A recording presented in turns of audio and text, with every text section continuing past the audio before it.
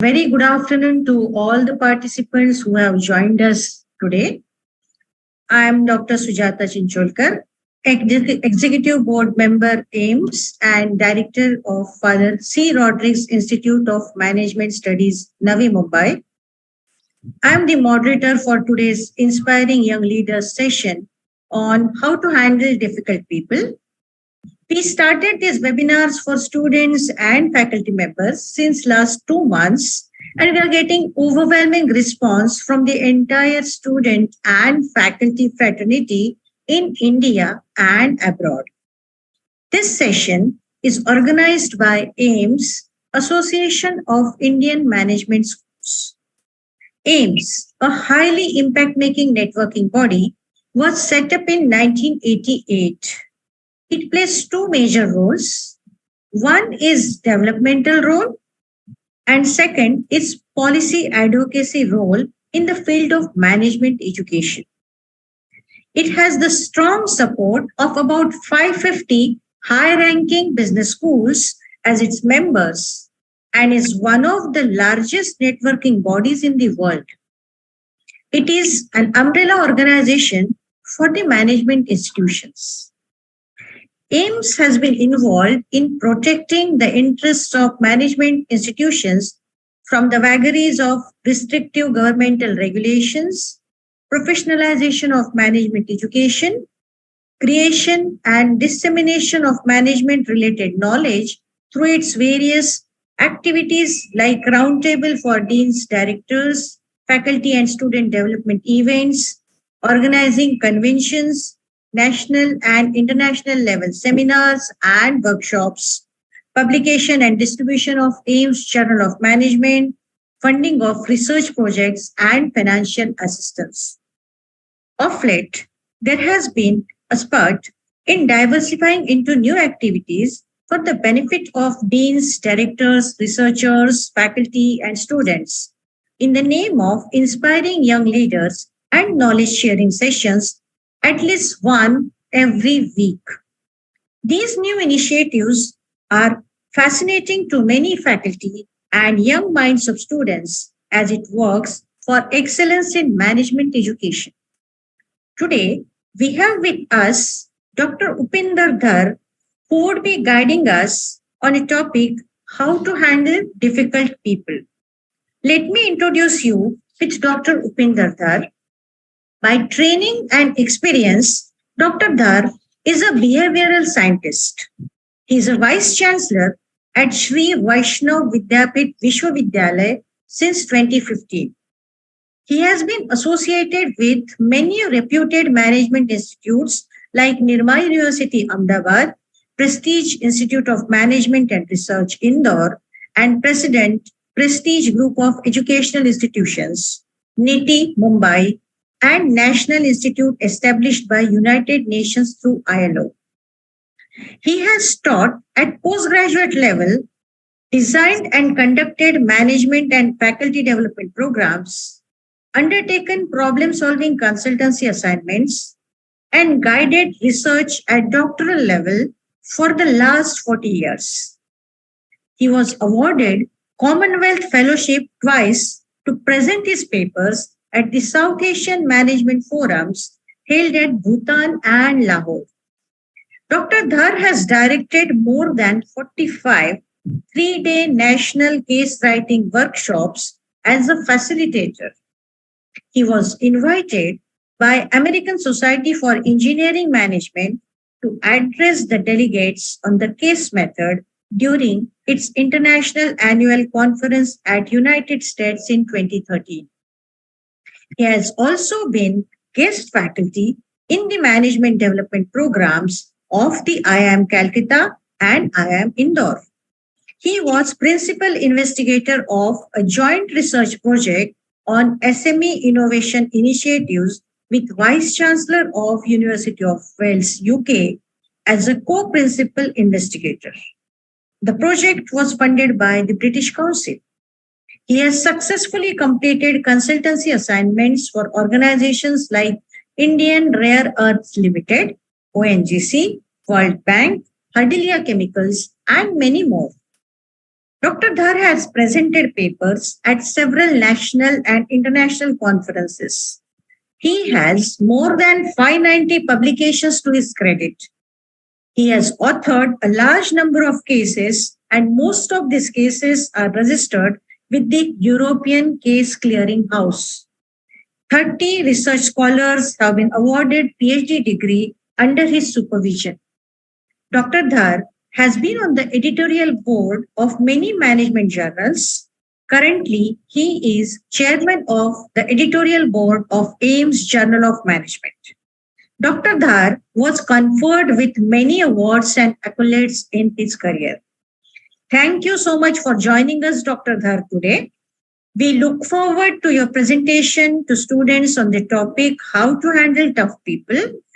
Before we start, I want to inform all the participants that feedback link will be shared in the chat box. The link will be active for 15 minutes only. Please share your feedback with us so that we can give you your certificate of participation. Over to you, Dr. Dhar. Thank you very much, Sujata. Well, I join Sujata in welcoming all of you to this very special session. In fact, such sessions are now being held and organized by AIMS every week. Today, as you know, our topic is how to handle difficult people. If we ask a question to ourselves that who controls you in your day-to-day affairs, in your day-to-day work, we may say we have a complete control on ourselves, or we may say that it is the environment, it is the situation, it is the circumstances which guide. So answers may vary. But if we take some, as an example, some instances, for example, a bully at your work is difficult for you to face. He or she is demanding you do part of his or her job without pay or credit. How do you handle it?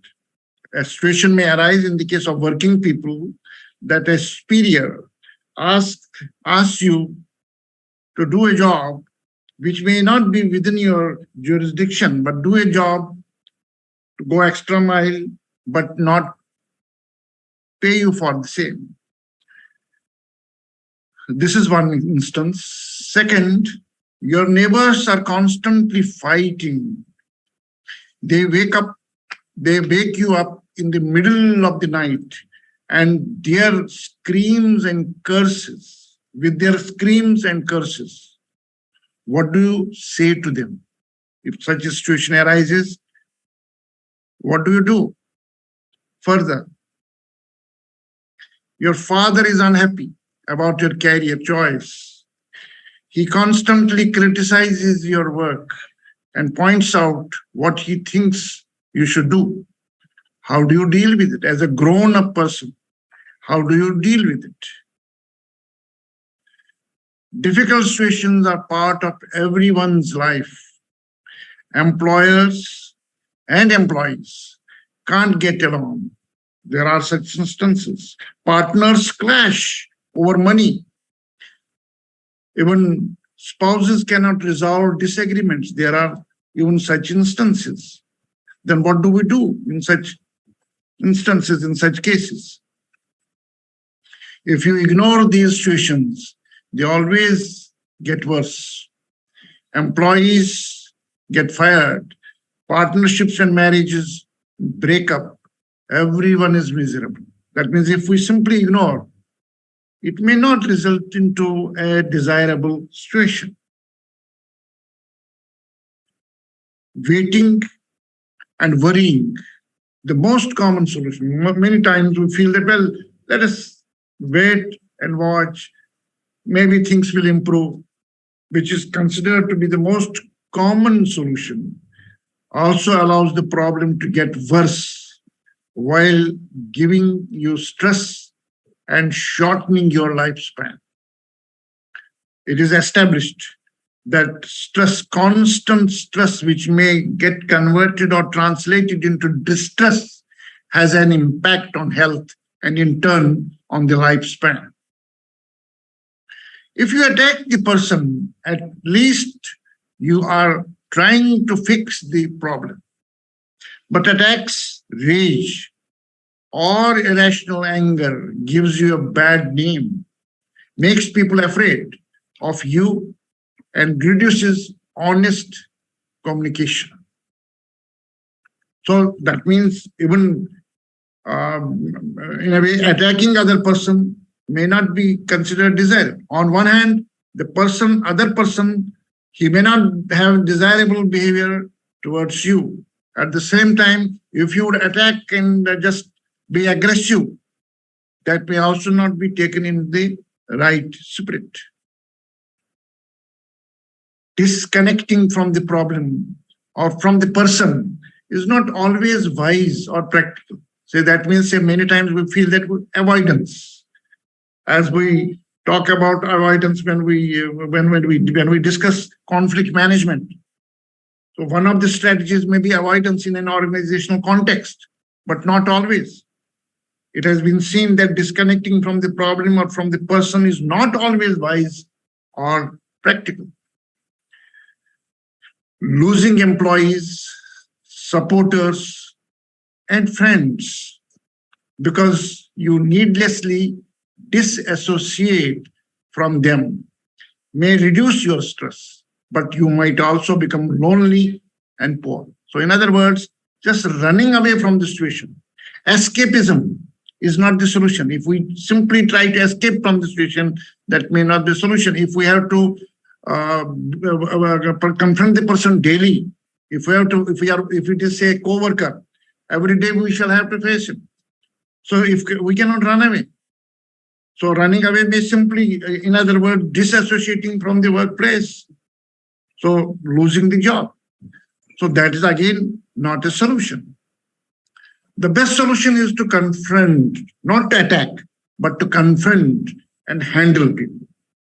That means, see, that such things do happen. Bullying does happen. Harassments do happen. People may expect something which is not desirable. Then what to do in such a situation if we are in constant contact or if we have to deal with the person daily? If it is once in a while, fine, we can avoid it. Okay, it has happened, forget about it.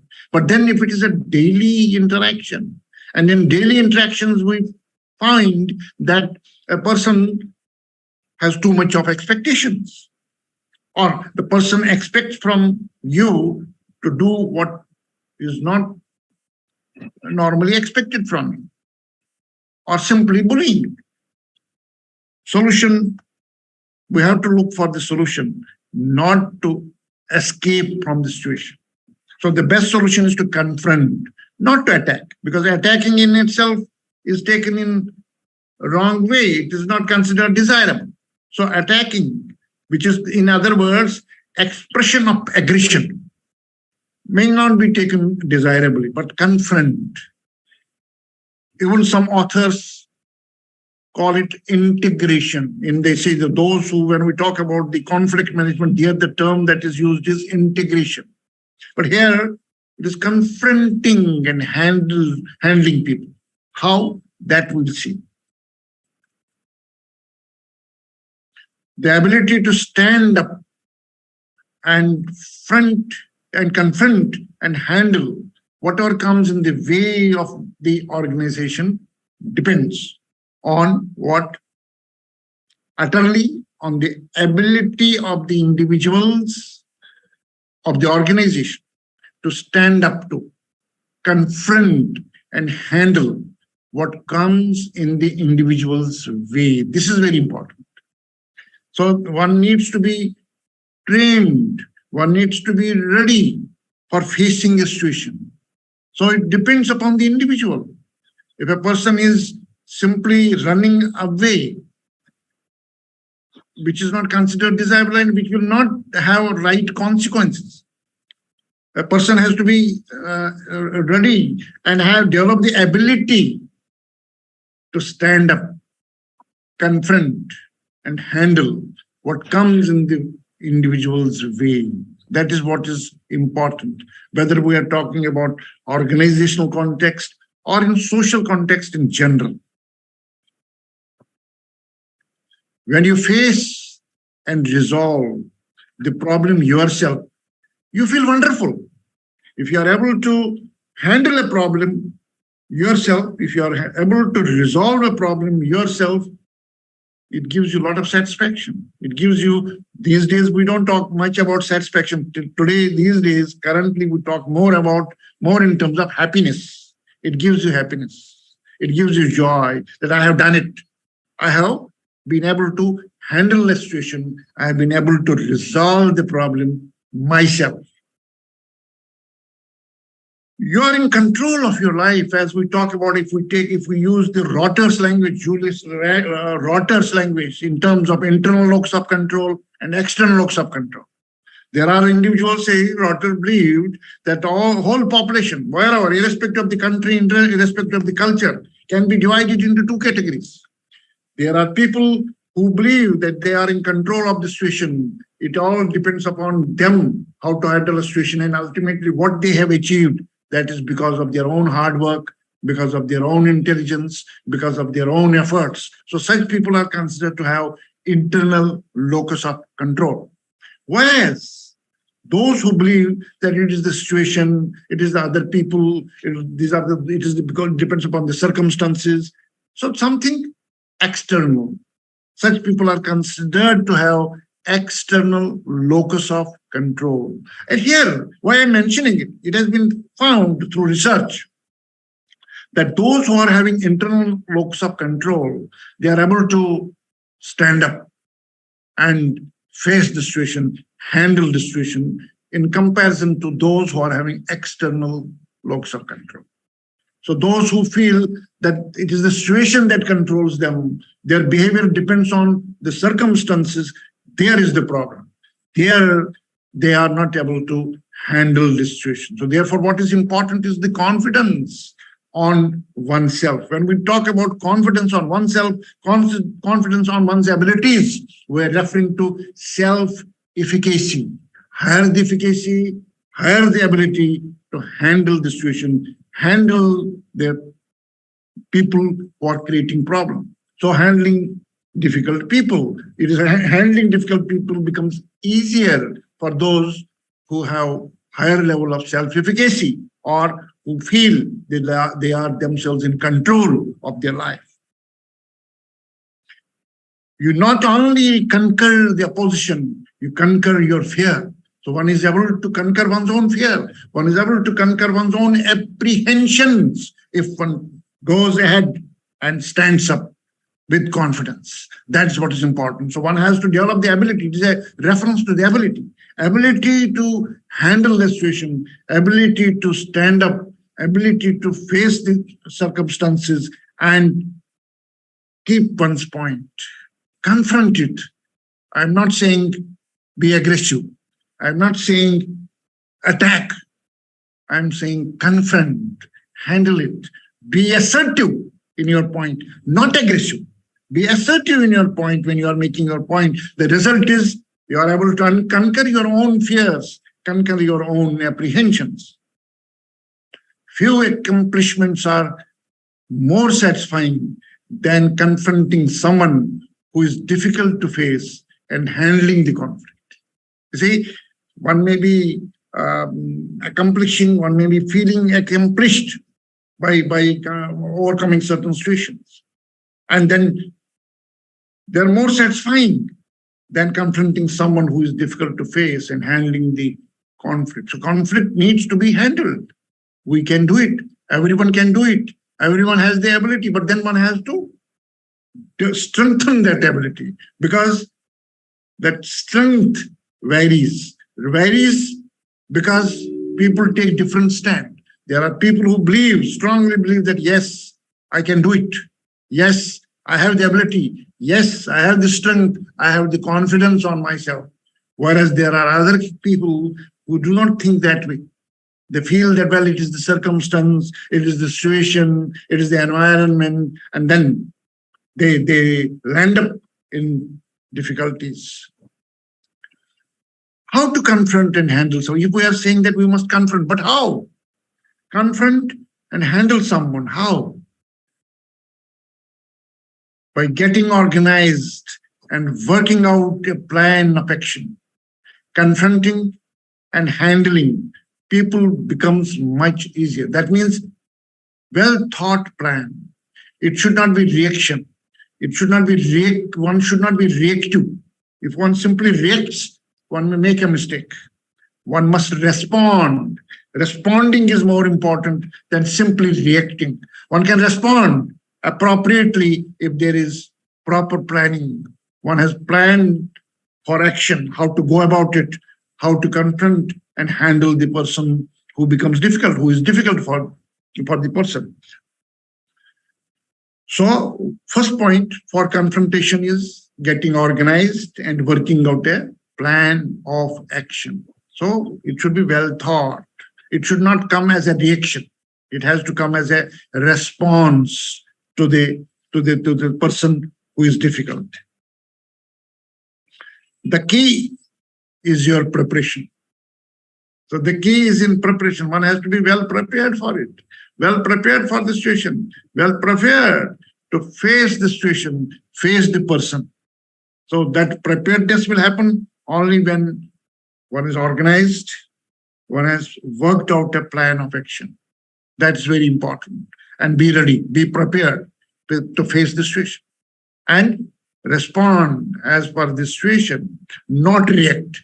We should not react, we should respond. And reaction and response are different. When we are reacting, we are simply reacting immediately, like a knee jerk, immediately reacting. There we may go wrong, and a difficult person may become more difficult. It should be response. That means thought process. Thought process is in between stimulus and response. And yes, stimulus and response. If thought process intervenes between S and R, then it becomes a response. So be prepared.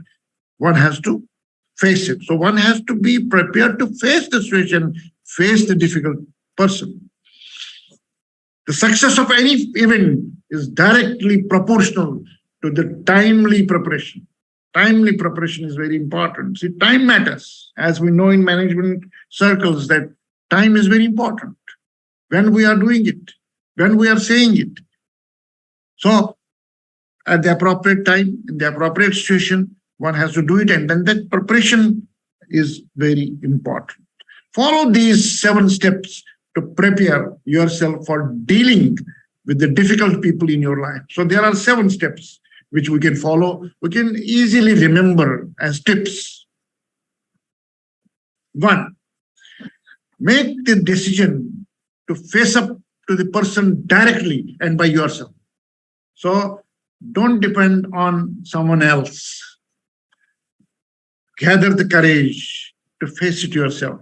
So you have to be ready to face it. You have to prepare yourself. Make the decision. I'm deliberately saying make the decision. You have to take a decision to face up to the person directly. So that decision is to be taken. If you are not able to take a decision, you will not be able to handle the person. So make the decision to face up to the person directly and by yourself. This is the first step. Second, write down the exact problem you need to handle and your goal for the confrontation. So write down what you want to handle. You have to confront what?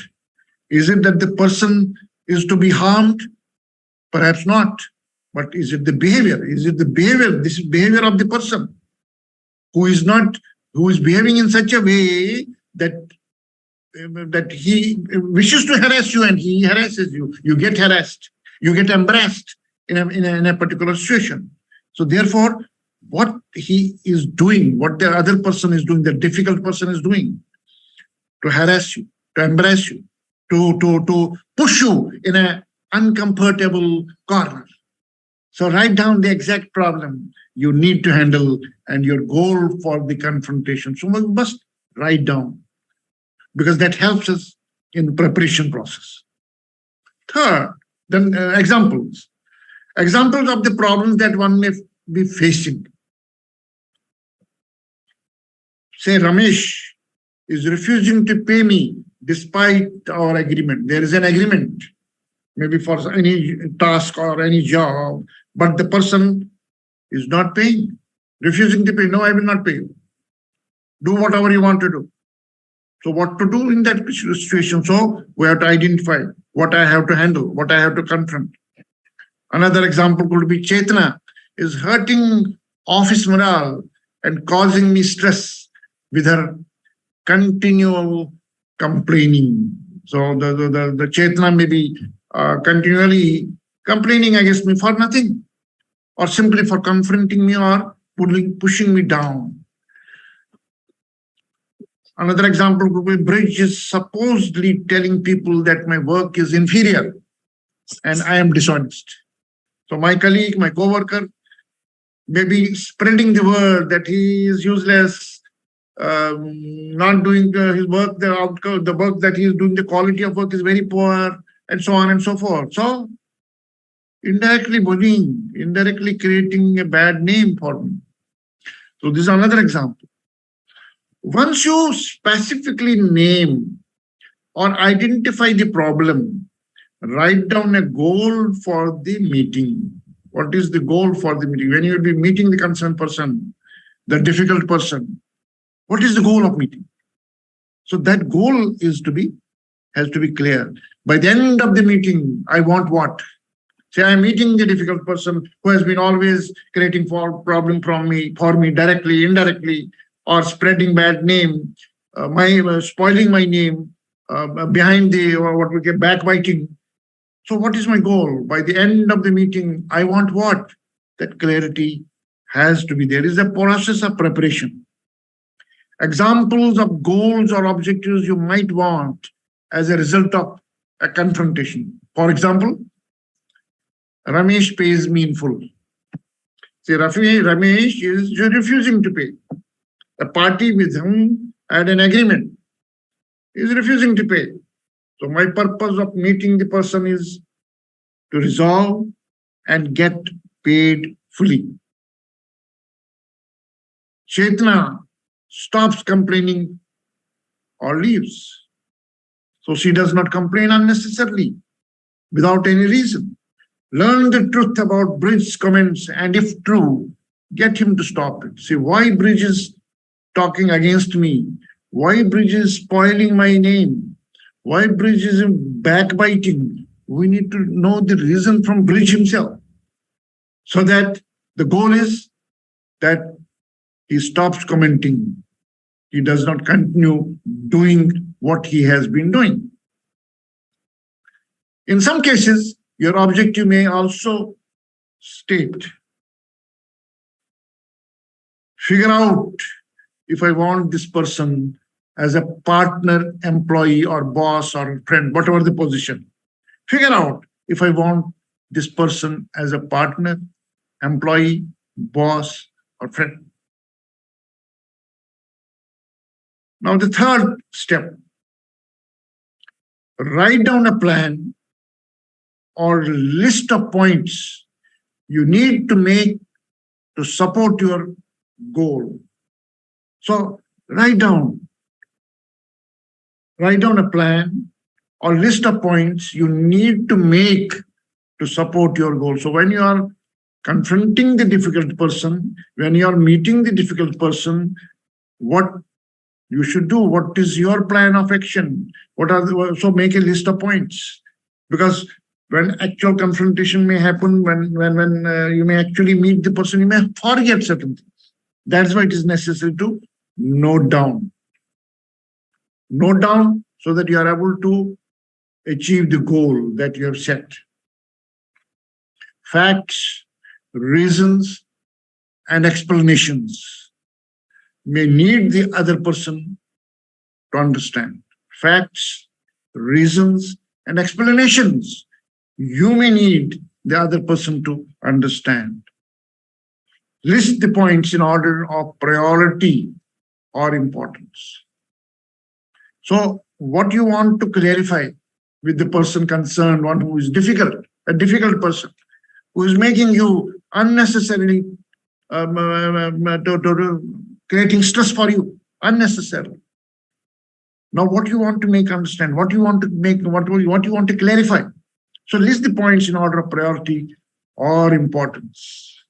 For example, to get Ramesh to understand why he must pay you, you might make these points. So why? Say, for instance, if you are approaching Ramesh who is not paying you.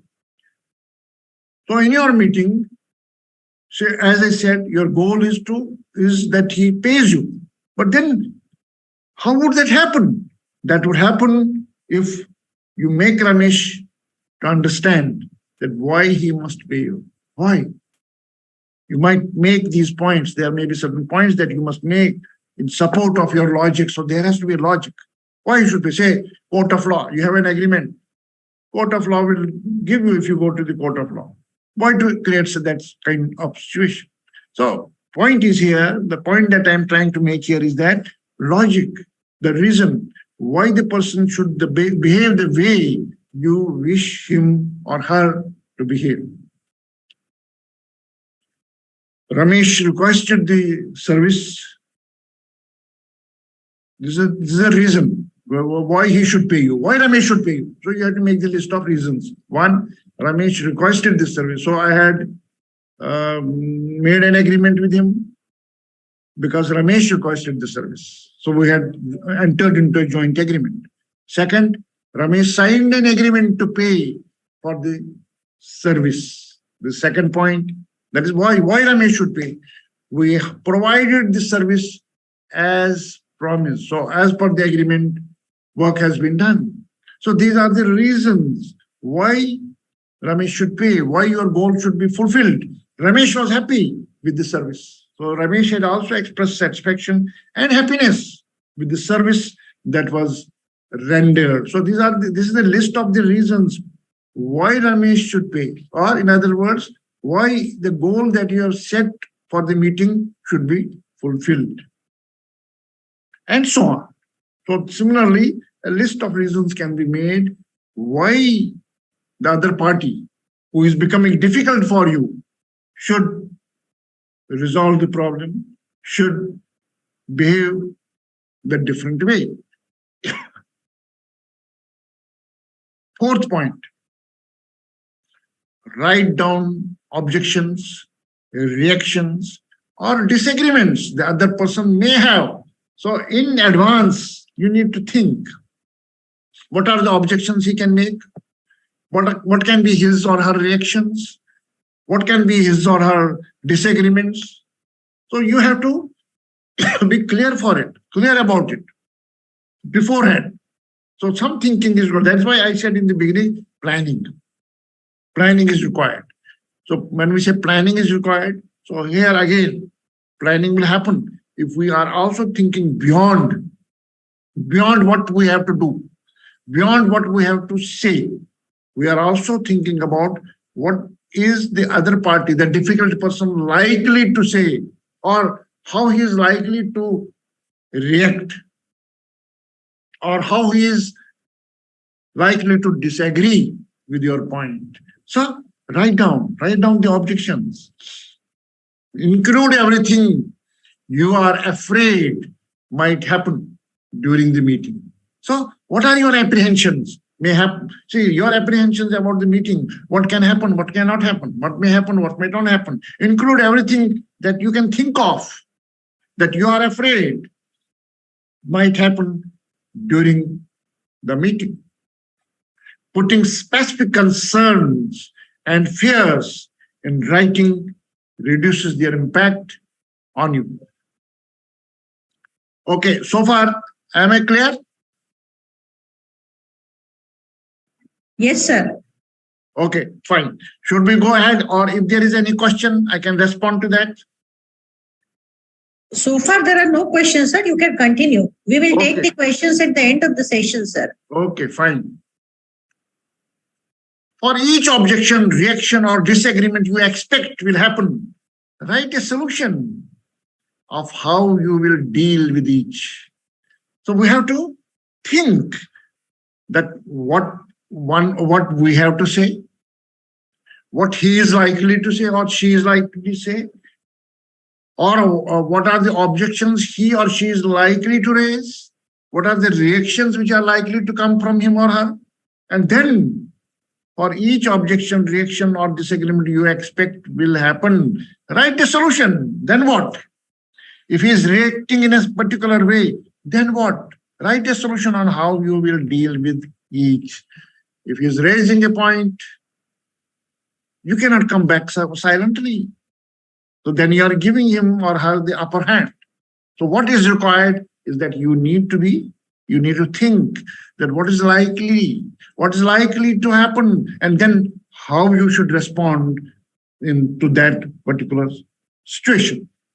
Step 5, organize your notes and gather supportive documents. In case it is a document, there are any associated documents, organize them. Organize your notes. Put the points that you have made, they should be in a proper order. As I said, I have given, this is the 5th step. So stepwise, whatever notes, whatever points you have made, stepwise you have to organize them.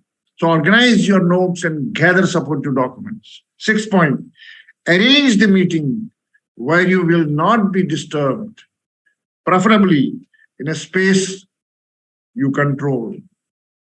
So that is also important, preferably in a space you control. So arrange the meeting where you will not be disturbed, preferably in a space you control. Say it is not necessarily in the organization context.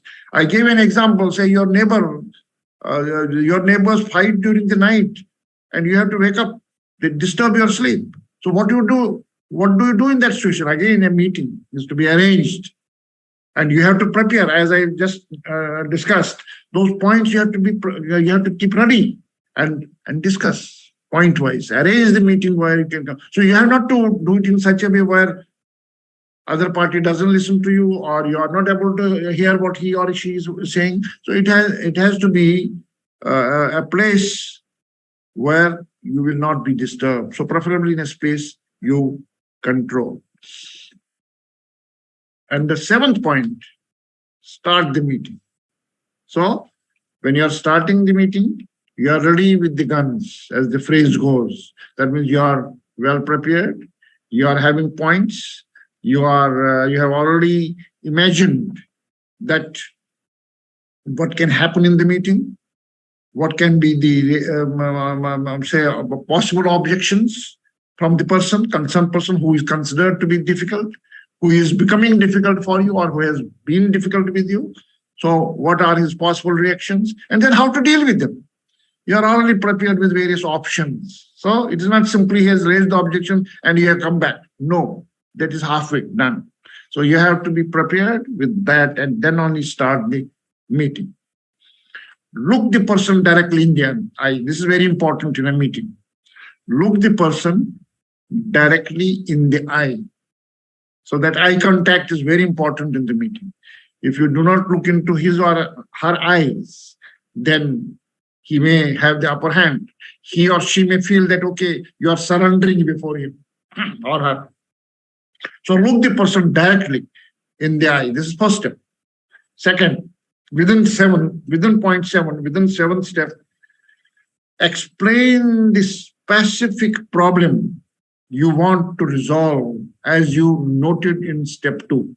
In step 2, we have identified the problem. You have identified what you have to deal with, what is objectionable, what is making situation or things difficult for you. In step 2, you have already identified that. So explain the specific problem you want to resolve as you noted in step 2. Go over your first point on the list from step 3. So you have already, as I said, you are already prepared. You have points. So go over your first point on the list from step 3. Listen carefully to the other person and make certain she feels understood. So that's important. If once you have made your point, then you have to give time to the other person and you have to listen carefully. You have not to interrupt. You have not to argue. So argumentation will not resolve the problem. So you have to listen carefully to other person and make certain she feels understood. If you feel that he has not understood your point, he is not clear or she is not clear, then you need to repeat. You need to repeat your point. You need to put the point in a different way and ensure that she feels understood. Hold a position on your points. So whatever points you have made, you hold a position on your points. That means it is not that what he or she is saying, then you deviate from what you have already noted down, in the sense that you have already made options, option 1, option 2, option 3 while planning. So then hold on to that, because that is how you will be utilizing your preparation. If you simply throw it out and go by the situation, then again the bullying may happen. Then again the difficult person may do what he or she wants, not what you or she what you feel is desirable. So hold a position on your points. Use your solutions to their reactions as you worked out in step 4. In step 4, you have imagined that what can be his or her reaction to your points and use those solutions. So you have already thought of, what shall I do if he says this? What should I say if he says this? So you have already worked on that in step 4. So you are prepared. Then only we say you are prepared. So use your solutions to the reactions that you have imagined. It is possible that the reaction may not be in order of in tune with what you had imagined, but take the nearest option. Take the nearest option in that case. Continue describing your points and listening to the person's side. That means it has to be an interaction, continuous interaction, open interaction. Continue describing your points. You keep on describing your points and listening to the person's side. See here, what is important to note, I have not said continue telling your points. No. Don't tell, don't make it autocratic, don't make it authoritative. No, that will result into argumentation. You have to describe. Continue describing your points and listening. I'm not saying hearing. I'm not saying hearing. Listening to the person's side. Continue describing that what I feel is this. And give opportunity to the other person and listen to the person's side carefully. Then only two-way interaction will happen, which is very important. Do not give up. Do not give up. This is a very important point. Do not give up. Don't leave it halfway. Communicate and persist for as long as it takes to reach your goal. So you have a goal in mind. You have set a goal. While you have gone through these steps, you have set a goal. So communicate and persist for as long as it takes to reach your goal. Sometimes you may require 2 meetings. You may require another meeting. Fine, no harm in that. But don't give up. Do not give up. So you have to communicate and persist for as long as it takes to reach your goal. Further, the more frequently you confront and handle difficult people, the easier it becomes. So if we will face situations, if we are ready and prepared to face situations and confront difficult people, it becomes easier to handle the situation in future. It makes the life easier. So the more frequently you confront, so don't avoid, don't run away from the situation. You cannot escape from the situation. We have to confront. As I said, I repeat, we are not to be aggressive. We are not to harm the person. We are not to make a physical abuse. No, don't be aggressive, but be assertive. Assert on your point and Confrontation is very important. Confronting the situation. The more frequently you confront and handle difficult people, the easier. So confront here means face the situation. So here, don't take the dictionary meaning of confrontation. Not in that sense. It is not confrontation. It is actually facing the situation, facing the person who is difficult for you. The amount of time it takes to prepare for a confrontation decreases. The amount of time it takes to prepare for a confrontation decreases. So over the period of time, if you are able to successfully handle such people, if you are able to successfully face such people, if you are able to successfully confront such people in future, whenever such situation arises, that the time taken will be reduced. You become strong and tough. So over the period of time, it gives you more confidence.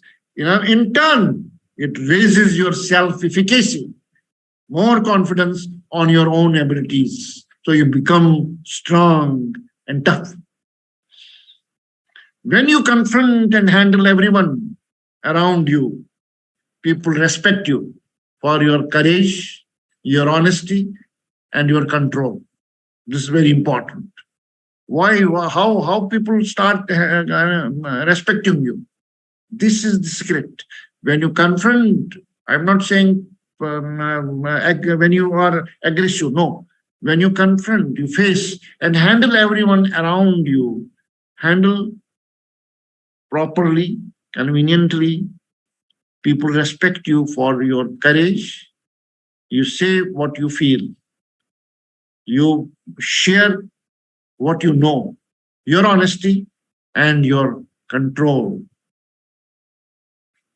Your associates, employees, or co-workers follow your example and become more productive. So it has been seen through studies. There are research studies available which have shown that if you do it successfully with your associates, employees, co-workers, what happens?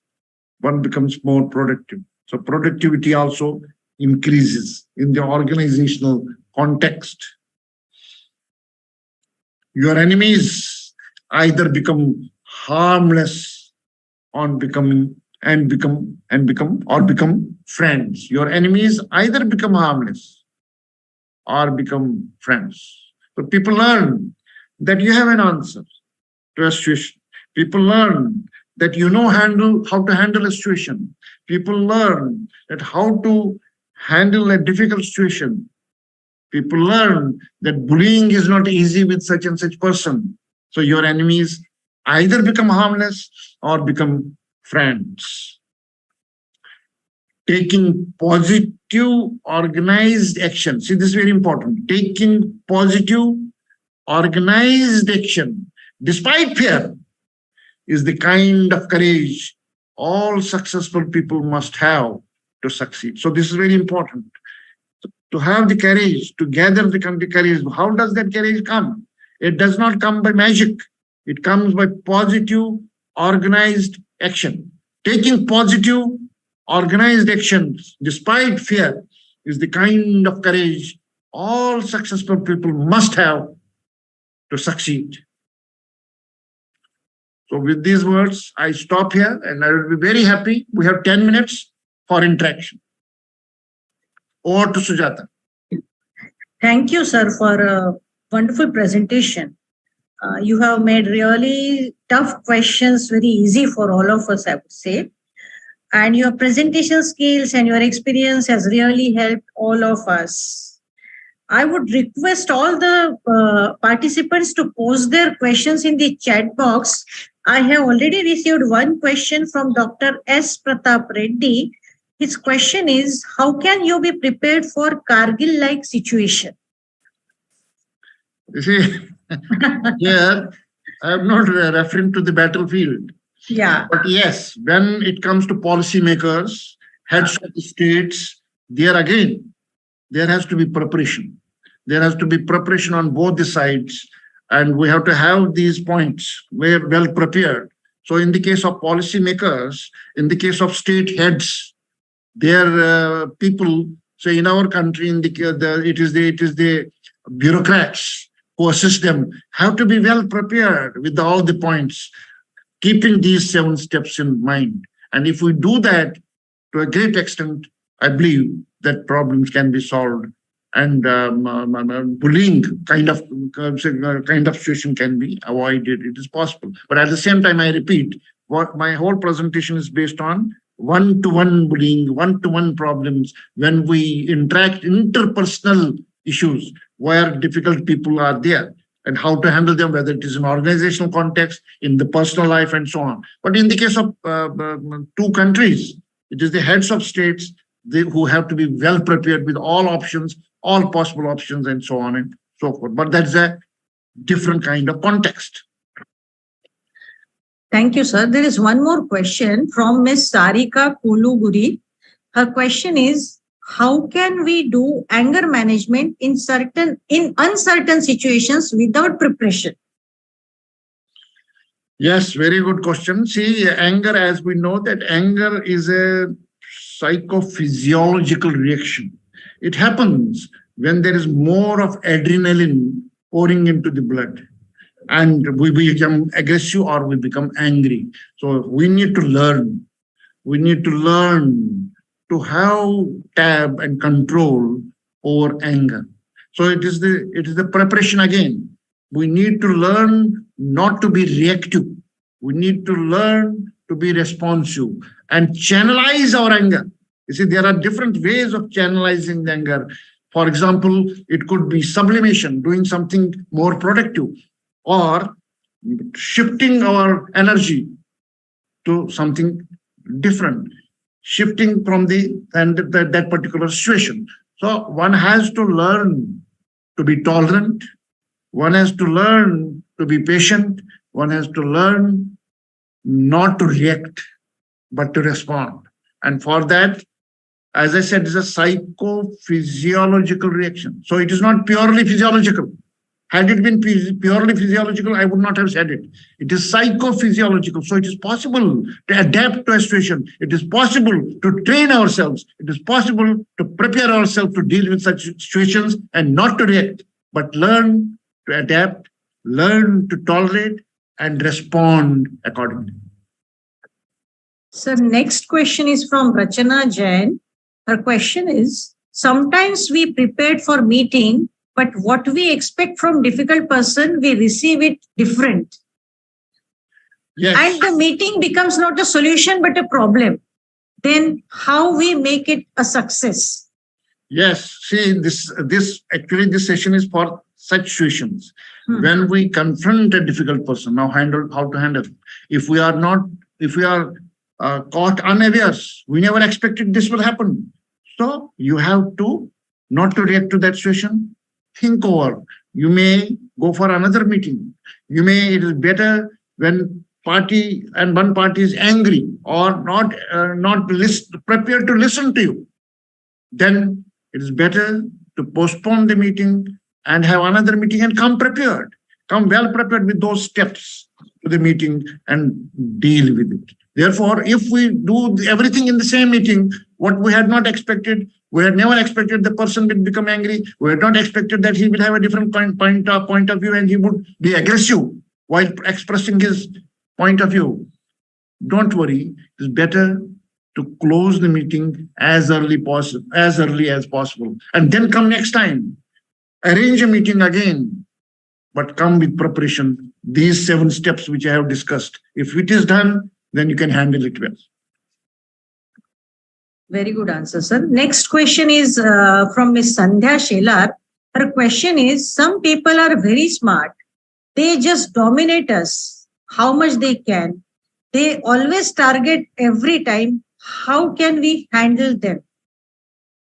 Yeah, I have answered it in the beginning itself. See, when there are such people who are, as you rightly said, very smart. When you said very smart, that means something abnormal is there. One must be smart, but not over smart. One must be ambitious, but not over ambitious.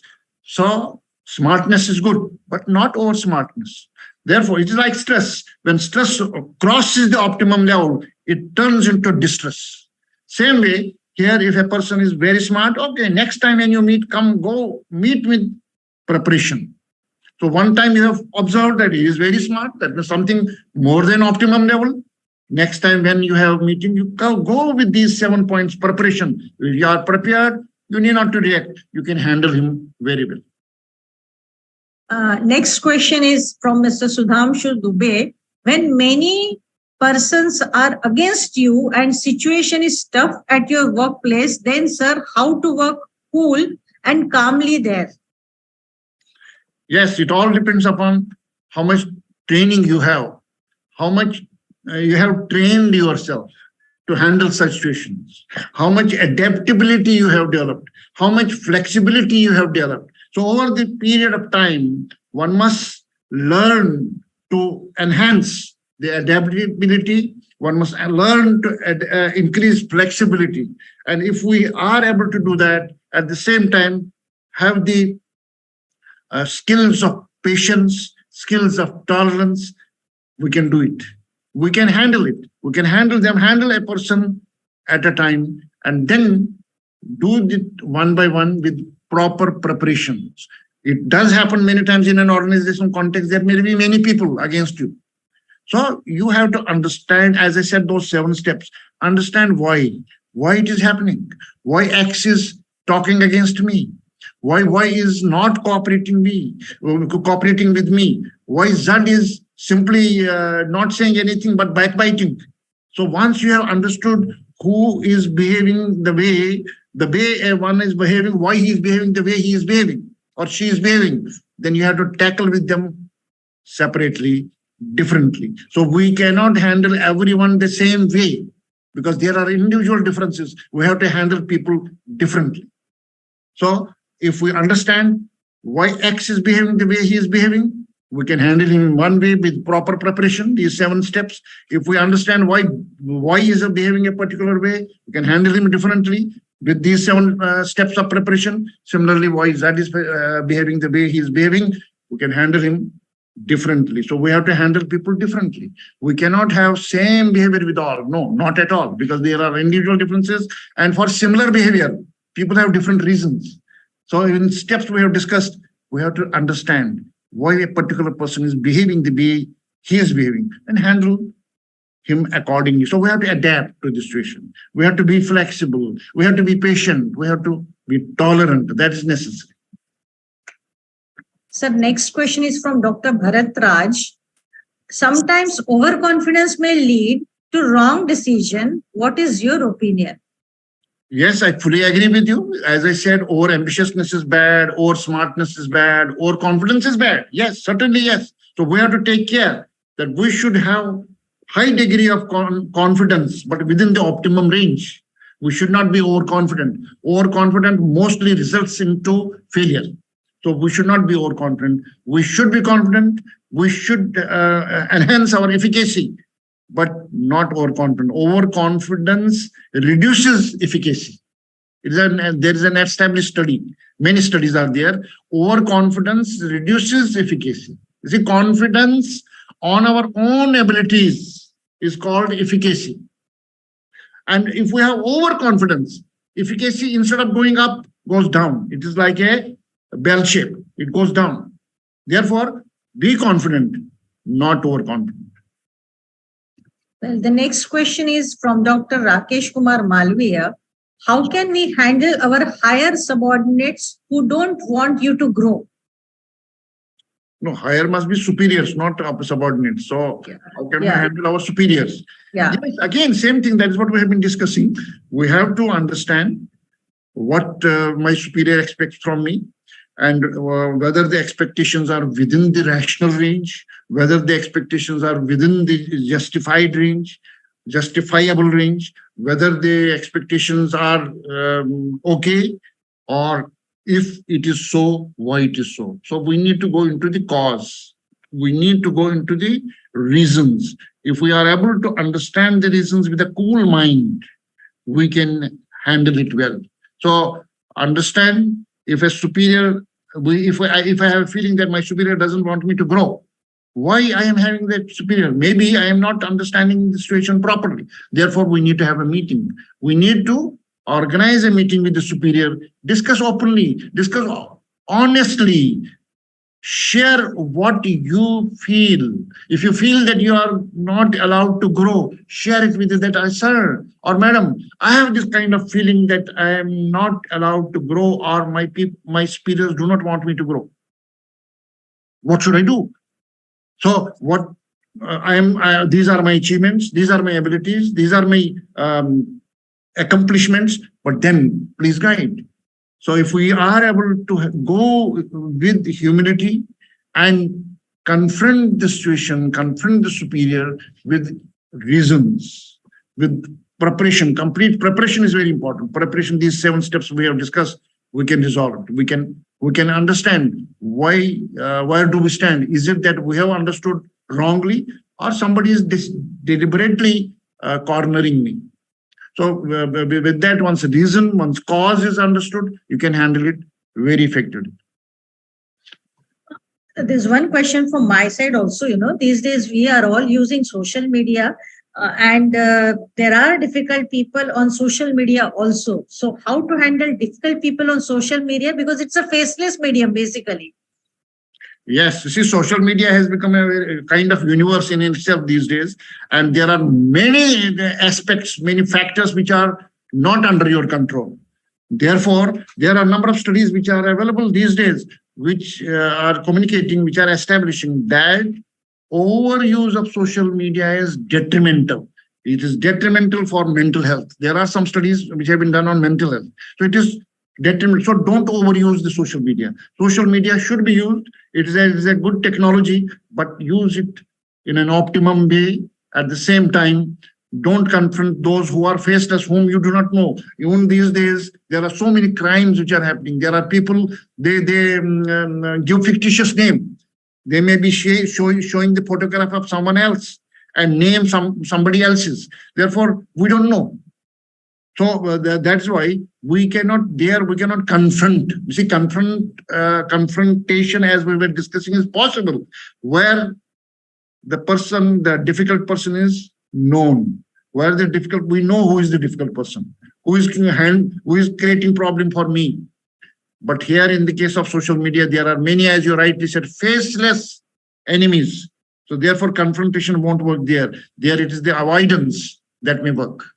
Therefore, use social media in an optimum way. We should not overuse the social media, and we should not follow everybody. We should not invite everybody, and be very restricted and in a way, I would say, disciplined in your approach once you are on the social media. Very good answer, sir. There are a couple of more questions, but it's already 4 o'clock. So can we take those few more questions? Yes, why not? Yes, why not? Okay, so the next question is from Dr. Rana. And the question is, how good leaders should deal with sycophancy? Good leaders should not encourage sycophancy at all. Good leaders, those who are really good, when you say good leaders, so that means those who are really good, they know who is a psychopath and who is not a psychopath. So they will not encourage sycophancy when you say talk about good leaders. So psychopaths will always be there. They will always be around. But a good leader will not pay heed to that. Good leaders are very clear about it. But sycophants, can sycophants be avoided? No. See, sycophancy is a natural behavior. So everybody wants to be near power. So therefore, you may rationally praise the person who is powerful or who is a leader, or you may not rationally praise, which may actually what she's saying, sycophancy, basically not the reality. A good leader, in management literature, instead of saying good leader, we say effective leader. An effective leader knows how much attention to be paid to one person or the other person. So there will be psychopaths around. So many times people believe that he's a good leader, but he is always surrounded by psychopaths. But it is not reality. He is good because he knows that who is a psychopath, who is not a psychopath. So he will not be giving much attention to the psychopaths. Psychopaths will of their own come. Like flies come to the sweets. That will always, it is not, sweets are not calling them. Sweets are there, flies are coming. Same way, wherever there is a powerful position, these psychopaths will be always there. It is a natural behavior. But yes, a leader who is good leader, what we say, technically an effective leader, psychopaths may be around, doesn't matter. Ultimately, he knows how much attention, he or she knows how much attention is to be given, to be paid to each person. Next question is from Ms. Sarika Koluguri. Her question is how to deal with hyperactive person who is bossing around. Same thing, a hyperactive person sometimes become difficult people for us. So same thing, we have to go with we have to go with these 7 steps of preparation and arrange a meeting with the hyperactive person and handle it. It can be handled. So hyperactive is one of the examples of difficult persons. Okay. Next question is from Mr. Vikram Hande. How to handle diversity and inclusion for difficult people in the organization? See, again, same thing. Here, what is important is fairness. When we talk about diversity, we talk about inclusion and so on. So when diversity is there, so fairness on our part is very important. One has to be fair. One has to be honest. One has to understand the other person. One has to give more weightage on the abilities, on the merit, on the talent. Well, I think it appears that our time is over, is it? Yeah. All the questions are over. In fact, I can see a lot of appreciation for this session in the chat box. Okay. Your session has been really wonderful, sir. I would say that I have attended so many of such sessions, but your session has been exceptionally good for the audience. Thank you. Thank you very much. Great teacher is somebody who puts complex things in simple manner. Your guidance is very inspiring for the young minds. I look forward to many more sessions like this in the future. Thank you so much for the wonderful webinar and your valuable input, sir. And thank you to all the participants from AIMS and me personally. Thank you very much and namaskar. Namaskar, sir.